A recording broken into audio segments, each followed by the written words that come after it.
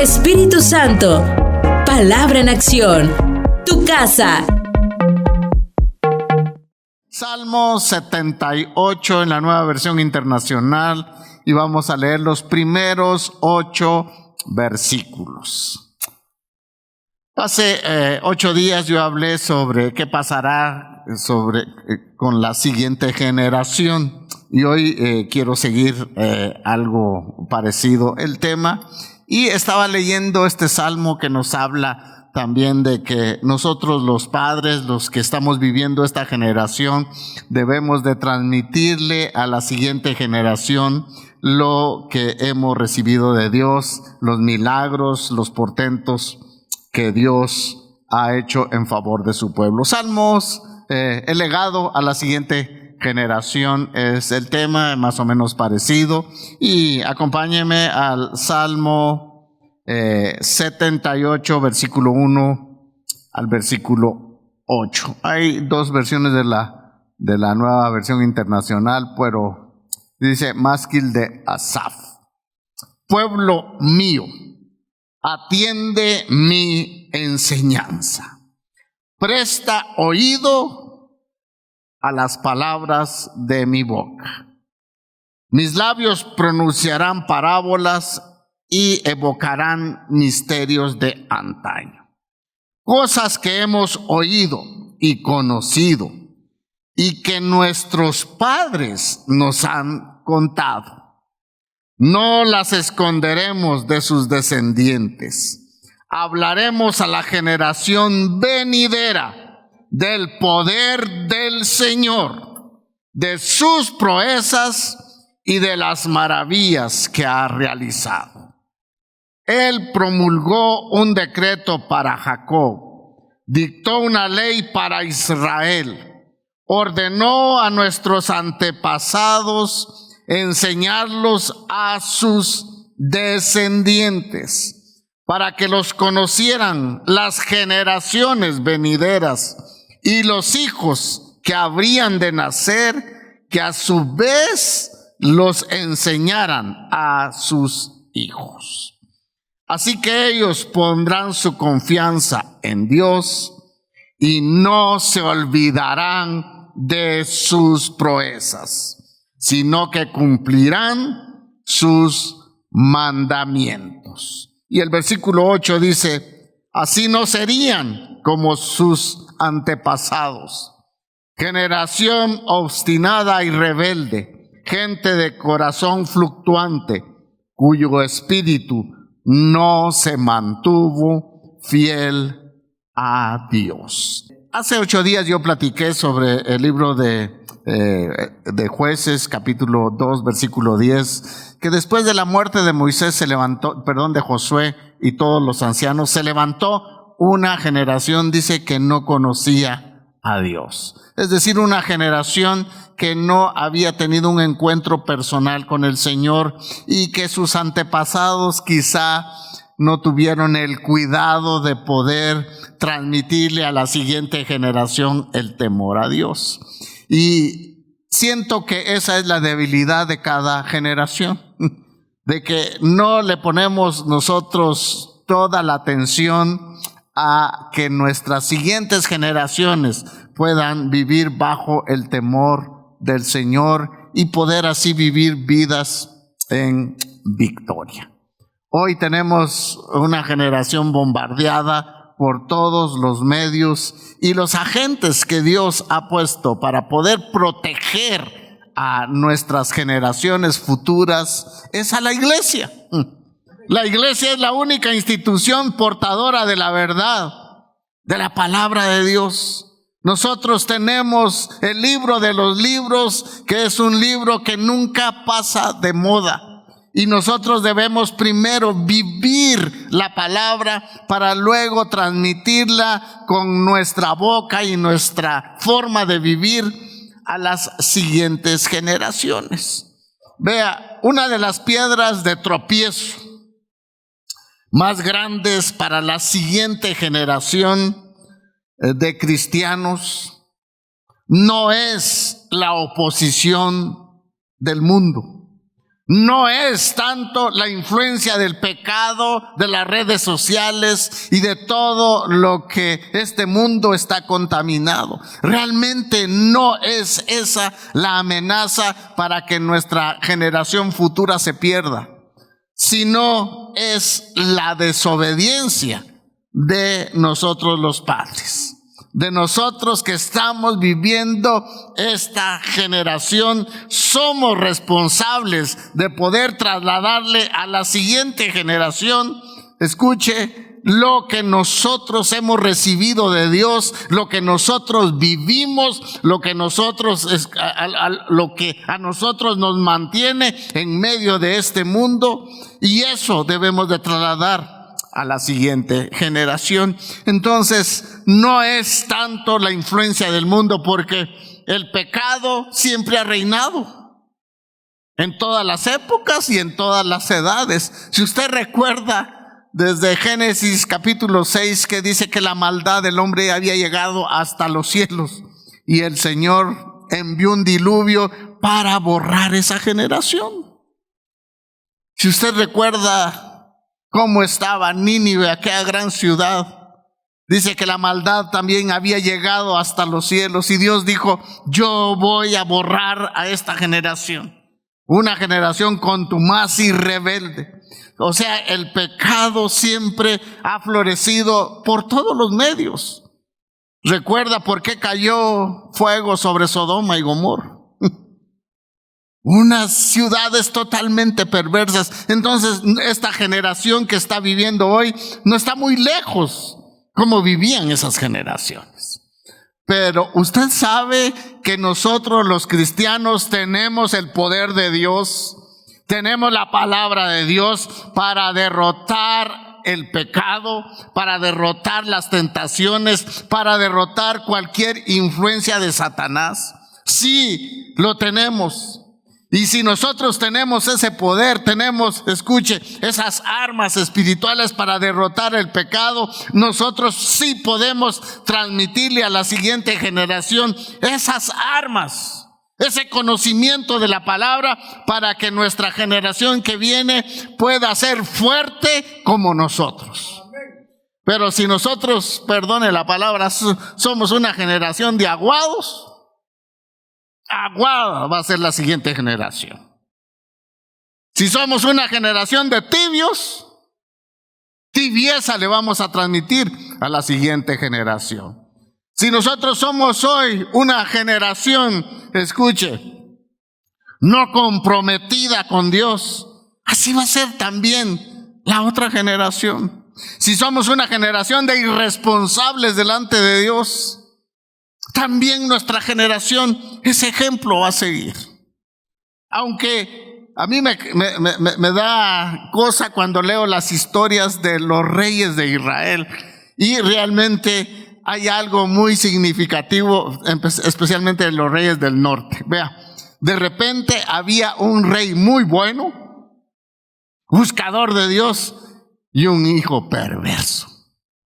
Y de repente había un rey perverso y salía un rey bueno. Porque otra vez, tal vez no tanto, ellos decían: yo voy a ser como mi papá perverso, pues. No, sino que ellos decían: no, tal vez mi papá nos compartió un día la palabra de Dios, pero el pecado lo dominó. Pensemos en David, pues, un hombre conforme al corazón de Dios, ¿verdad? Que falló tanto, pero cuando Salomón tomó el reino, cuando Salomón fue coronado, yo creo que es Primera Crónicas 28:9, y esto nada que ver con no se los pasé a los hermanos de televisión, pero vea, Salomón le dice David le dice a Salomón: y tú, Salomón, hijo mío, le dice, reconoce al Dios de tu padre y sírvele con corazón perfecto y ánimo voluntario, porque el Señor escudriña los corazones de todos. Si tú le buscares, le hallarás, mas si le dejares, Él te desechará para siempre. Le está transmitiendo una gran verdad. Un hombre que ha cometido faltas, pecados delante del Señor, pero los ha reconocido y ahora le está dando a su siguiente generación una recomendación: que no se olvide de Dios. Y nosotros como padres y esta generación que estamos viviendo y que viene detrás de nosotros otra generación, ¿sabe que tenemos debilidades también? Caemos quizá en pecado, le fallamos a Dios. Pero qué bueno que nosotros seamos una generación humilde, que cuando metemos la pata podamos reconocer nuestros errores e hincarnos y humillarnos delante de Dios, y Dios nos perdonará nuestros pecados. Y entonces la generación que venga va a decir: ellos no son perfectos, pero tienen un corazón sensible delante de Dios. Y eso debemos de ser nosotros, esa generación que reconoce a Dios, que vive para Dios. Vea entonces los referentes para la siguiente generación somos nosotros. El espejo para que ande la siguiente generación de cristianos honrando a Dios somos nosotros.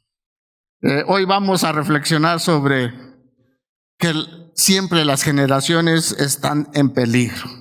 ¿Qué es una generación que está en peligro? Vea, primero es que a las generaciones presentes muchas veces les falta tener convicciones fuertes en Dios, para que la siguiente generación, que está formada por mis hijos, por mis nietos, por los niños de la iglesia, por los jóvenes de la iglesia, escuche, puedan seguir a Dios. Y que yo pueda ser una generación, escuche, que salve del peligro a la siguiente generación. Creo que somos los salvavidas, ¿no? Esta generación podemos ser los salvavidas en las manos de Dios para salvar de las garras de Satanás a la siguiente generación. Somos nosotros las personas indicadas. Veamos lo que nos enseña la palabra de Dios sobre cuáles son los peligros de no conocer a Dios. Vea, en primer lugar, una persona que no conoce a Dios nunca puede hacer lo bueno.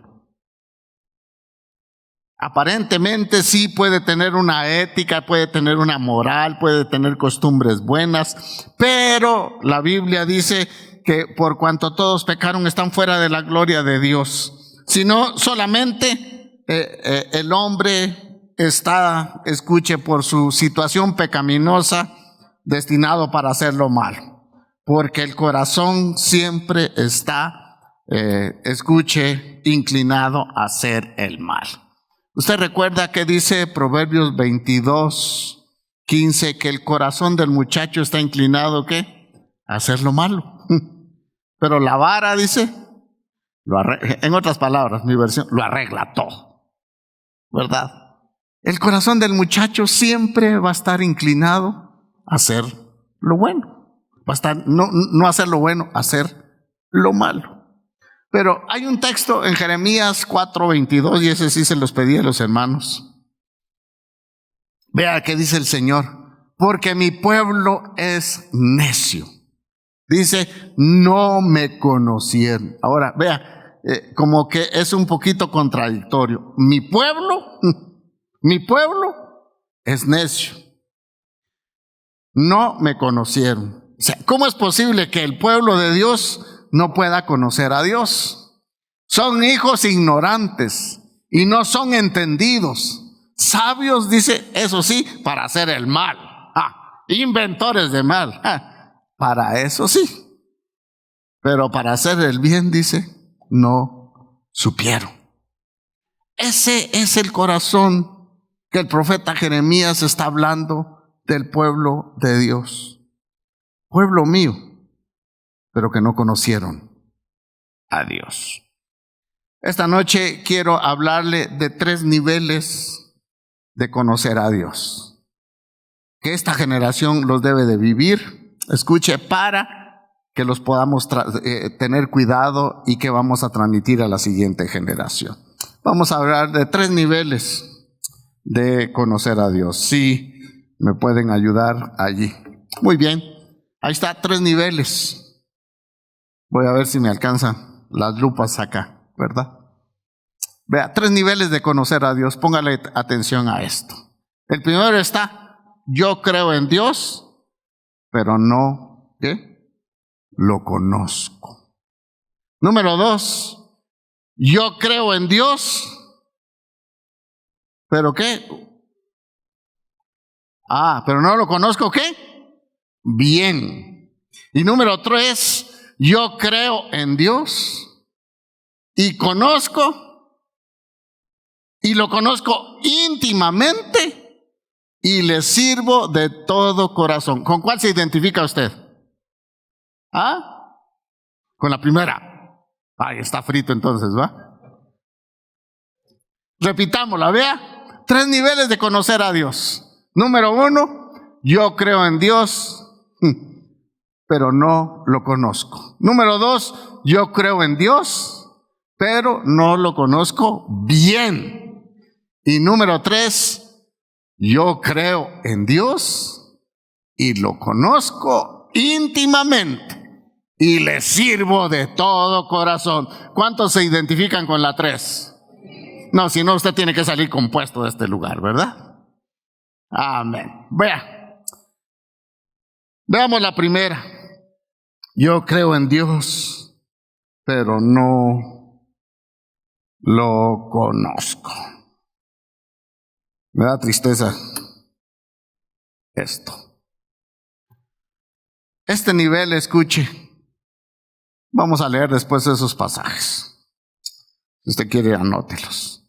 Este nivel de conocer a Dios o de no conocerlo es probablemente donde se encuentran muchos llamados cristianos, entre comillotas. No en comillitas, sino entre comillas. Tienen, escuche, una creencia intelectual de Dios, pero eso es todo. Ellos son cristianos, quizá porque sus padres eran cristianos y los obligaban a ir a la iglesia.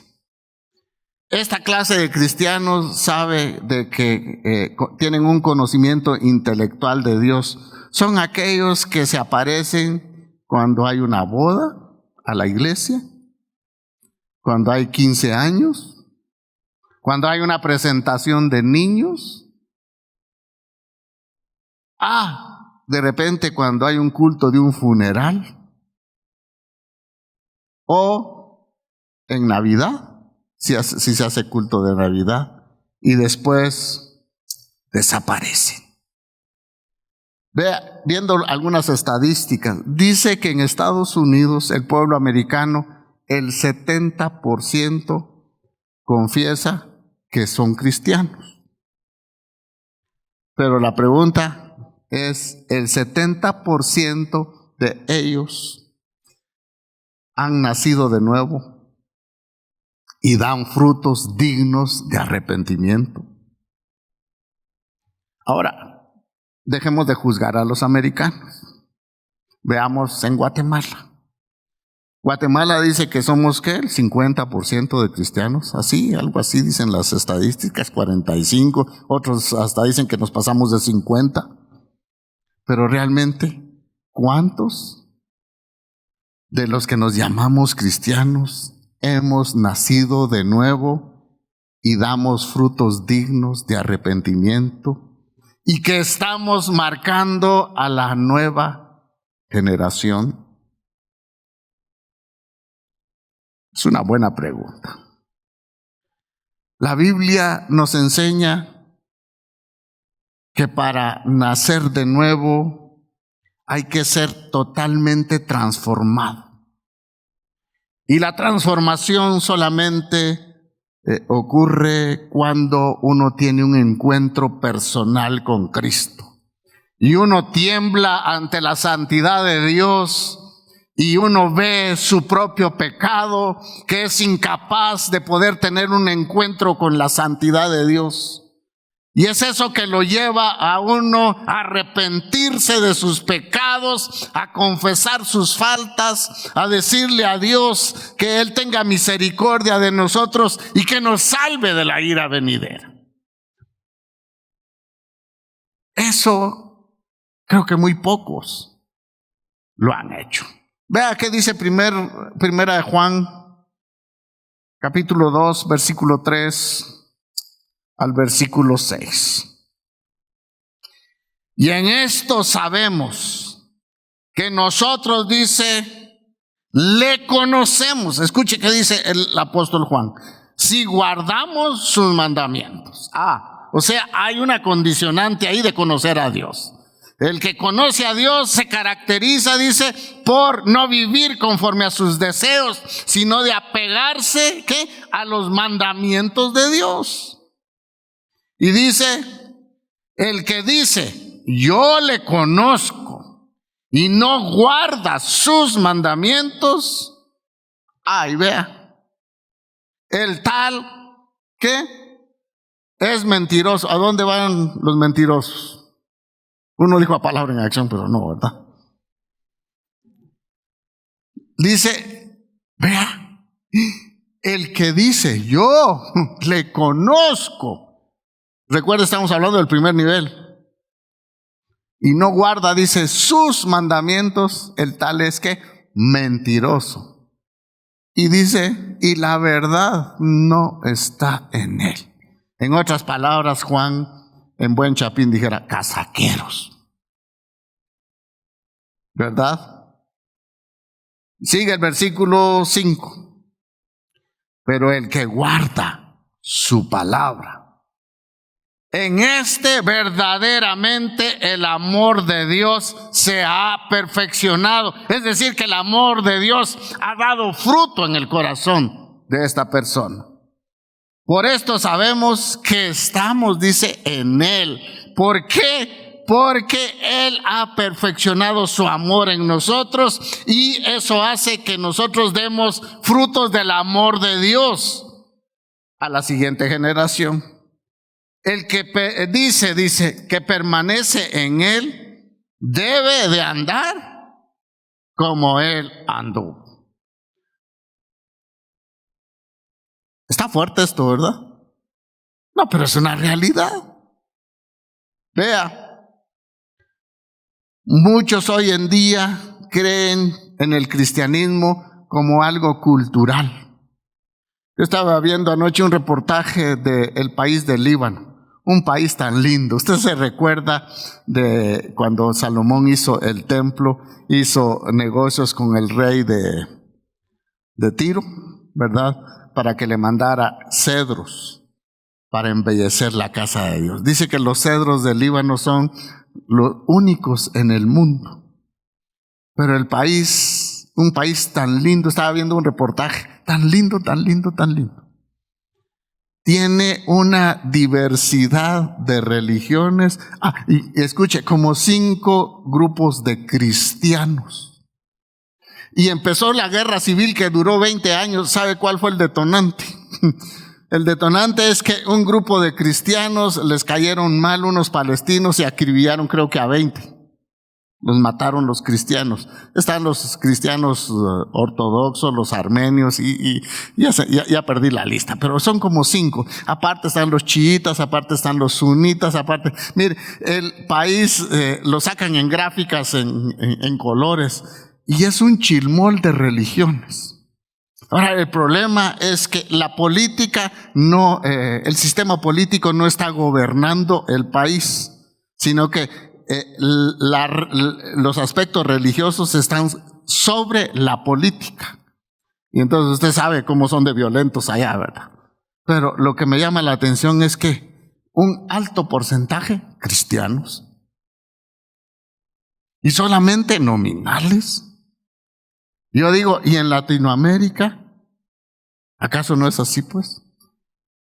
Le estaba contando a mi hija hoy que yo vi un reportaje del misticismo en las iglesias.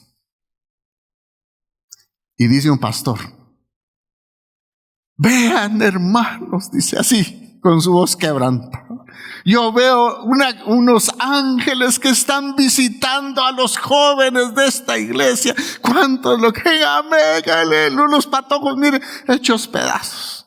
Y dice luego, después, yo veo ángeles que están visitando a los ancianos, a los matrimonios, y todos, amén. Y todo. Después dice, son mentiras. Vea cómo ustedes se dejan engañar.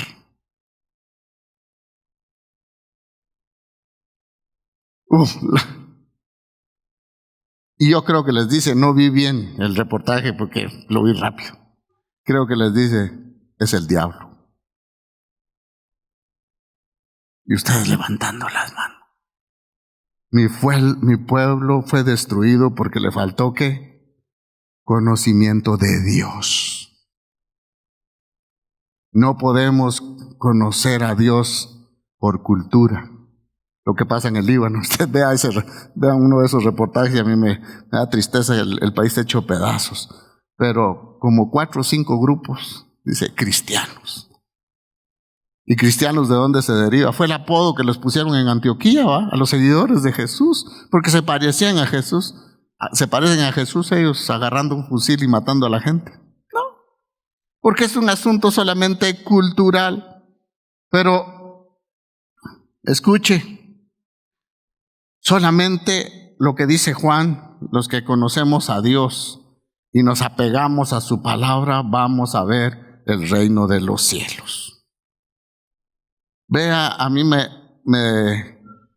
ponen que pensar Mateo 7:21. ¿Por qué no lee conmigo Mateo 7:21?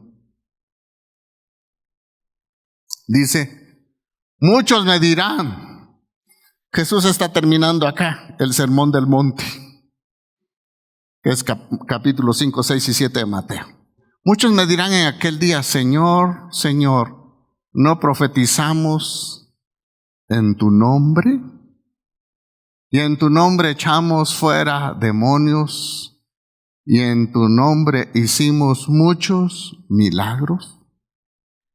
Entonces dice, les declararé, nunca os conocí, apartaos de mí, hacedores de maldad.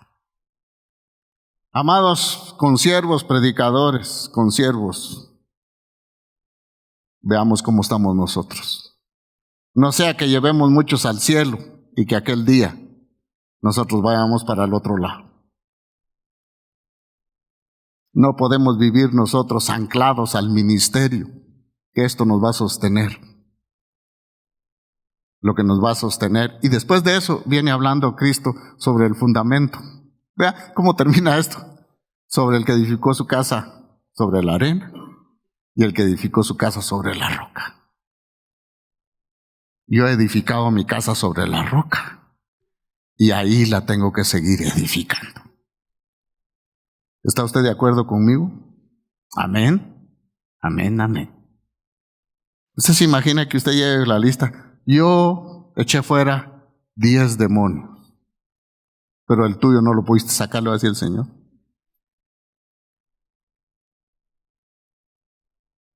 Yo sané a muchos. Yo hice milagros. Y el Señor que diga, apartaos de mí, no os conozco.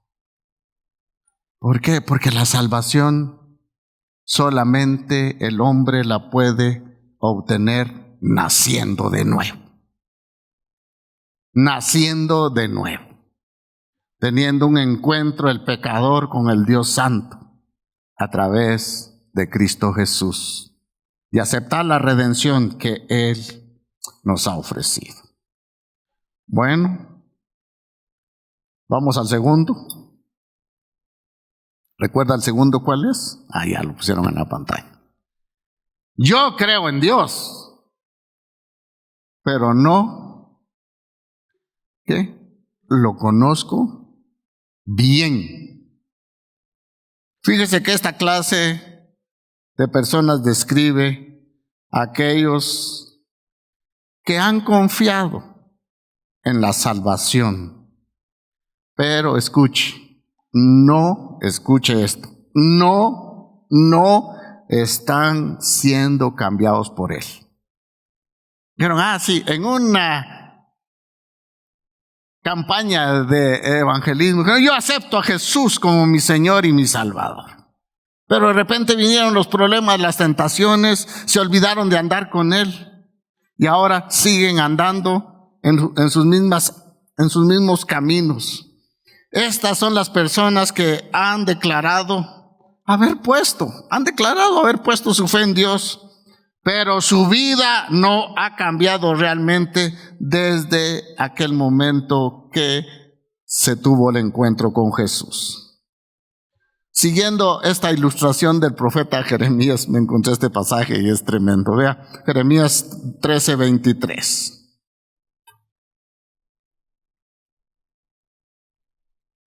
Dice, ¿mudará el etíope su piel y el leopardo sus manchas? Así también podréis vosotros hacer bien estando habituados a hacer, dice, mal. Vea, Jeremías está poniendo una ilustración y es bastante gráfica. Y está poniendo de ejemplo a los etíopes. Los etíopes, ¿verdad? Que por lo general son colochitos. Sí, ¿verdad? Y el color de su piel es moreno, ¿verdad? Moreno. Y siempre que se veía un etíope, se tenía en la mente decir, ese colochito, ese morenito, es etíope. Pero dice, mudará el etíope su piel para demostrar otra cosa. Y no solamente eso, sino, dice, realmente habrá leopardos que sin mancha, sin esas características de leopardo. Pues no, porque su genética es así. La genética de los etíopes es ser morenos y colochitos. Y no pueden cambiar. El leopardo es igual. Tiene sus manchas y eso lo caracteriza a él como un leopardo. Y esas marcas son las marcas que acá nos está diciendo el profeta Jeremías, que distinguen el origen de los humanos y distinguen el origen de la especie de los leopardos. Vea, hoy en día tenemos una generación que no se caracteriza por llevar las marcas de Jesús.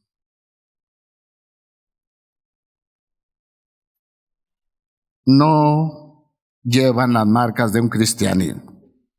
Los casi cristianos están, escuchen, en la categoría, y son en esta categoría, son bastante numerosos.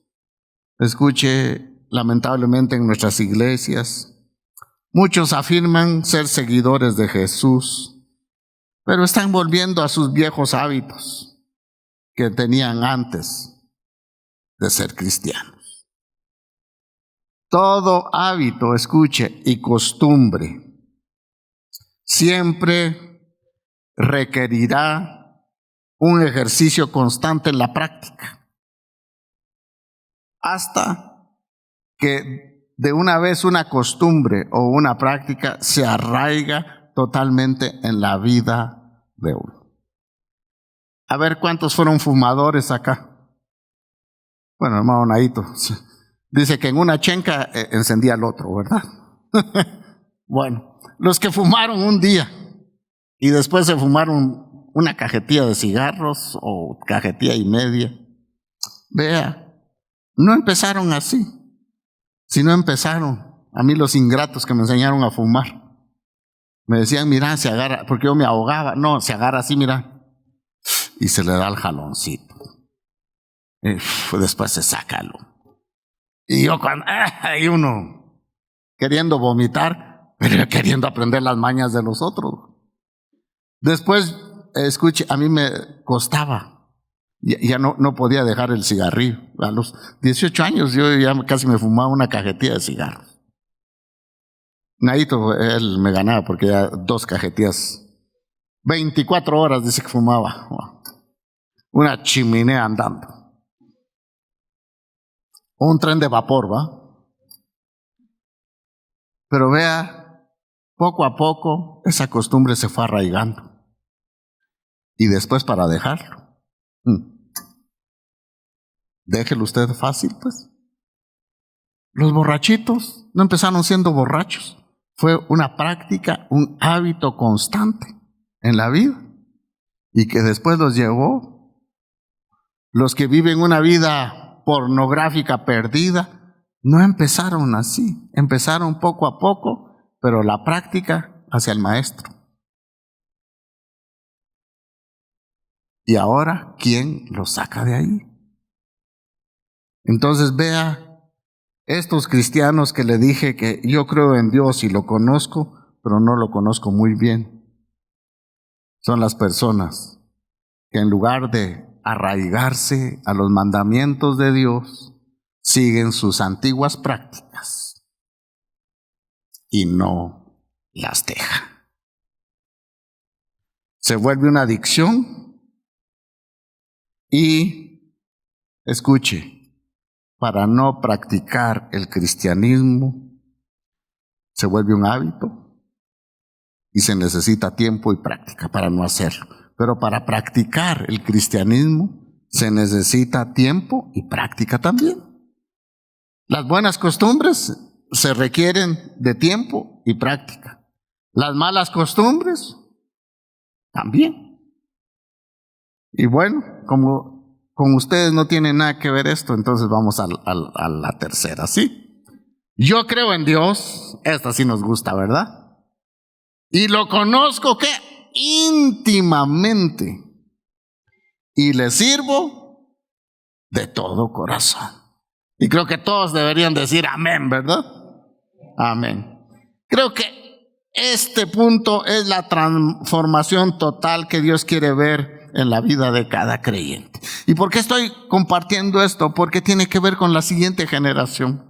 La siguiente generación se tiene que identificar con esta clase de cristianos. Yo creo en Dios, le conozco íntimamente y le sirvo, ¿qué? De todo corazón. Y entonces ellos van a tener un espejo en el cual verse que somos, escuche, nosotros. En busca de este Dios.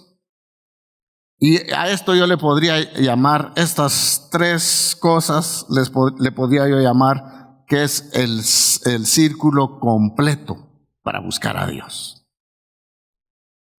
Yo creo en Dios, le conozco íntimamente y le sirvo de todo corazón.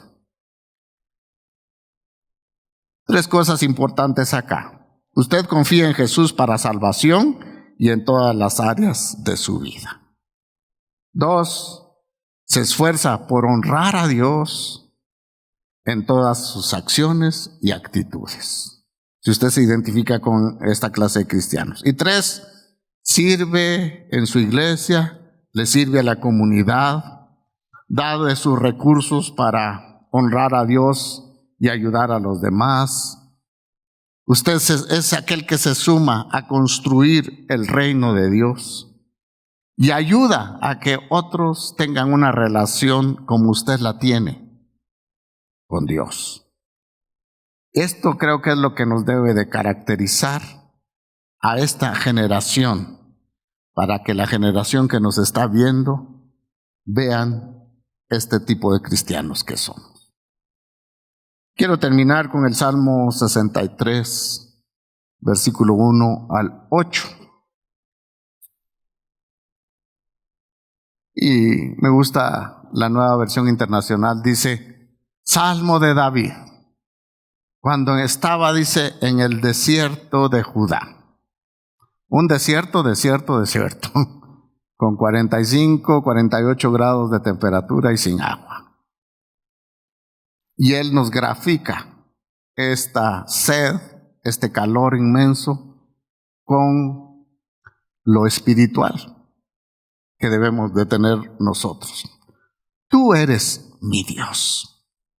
Yo te busco, dice, intensamente. Mi alma tiene sed de ti. Todo mi ser, dice, te anhela. Cual tierra seca, extenuada y sedienta. Te he visto en el santuario y he contemplado tu poder y tu gloria. Tu amor es mejor que la vida. Por eso mis labios te alabarán. Te bendeciré mientras viva y alzando mis manos te invocaré. Mi alma quedará satisfecha como de un suculento banquete y con labios jubilosos te alabará mi boca. En mi lecho me acuerdo de ti. Pienso en ti toda la noche. A la sombra de tus alas cantaré, porque tú eres mi ayuda. Mi alma se aferra a ti. Tu mano derecha me sostiene. Wow, esta es la oración de alguien que cree con todo su corazón en Dios, que le conoce íntimamente y que le sirve de todo corazón. Vea 6 cosas importantes que nos hablan de la naturaleza de la sed. Y lo voy a mencionar rapidito, yo creo que lo pasaron ahí, sí, rapidito. Vea la naturaleza de la sed. Dice, mi alma tiene sed, ¿de qué dice David? De ti. ¿Por qué? Porque mi carne te anhela. El siguiente, por favor. El objeto, ¿cuál es el objeto de esa sed? Mi alma tiene sed ¿de qué? ¿De cosas? No. Tienes sed, dice, de ti. Vea, el siguiente, por favor. ¿Cuál es la causa de esa sed? En esta tierra de sequedad, de problemas, de dificultades, tú eres el que me sacias. La siguiente. El motivo de esa sed que Él tiene para ver, dice, en mi vida tu poder y tu gloria. Y el siguiente. Y la confianza en medio de esa sed. Dice que será saciada mi alma. Hoy estaba viendo ya las noticias de un famoso rapero, creo que es, y productor musical, Diddy, algo así. Millonario. Mi hija me estaba diciendo que ofrecieron 50 millones de fianza y 50 millones de dólares. O sea, tiene sus centavitos, ¿va? Y yo decía,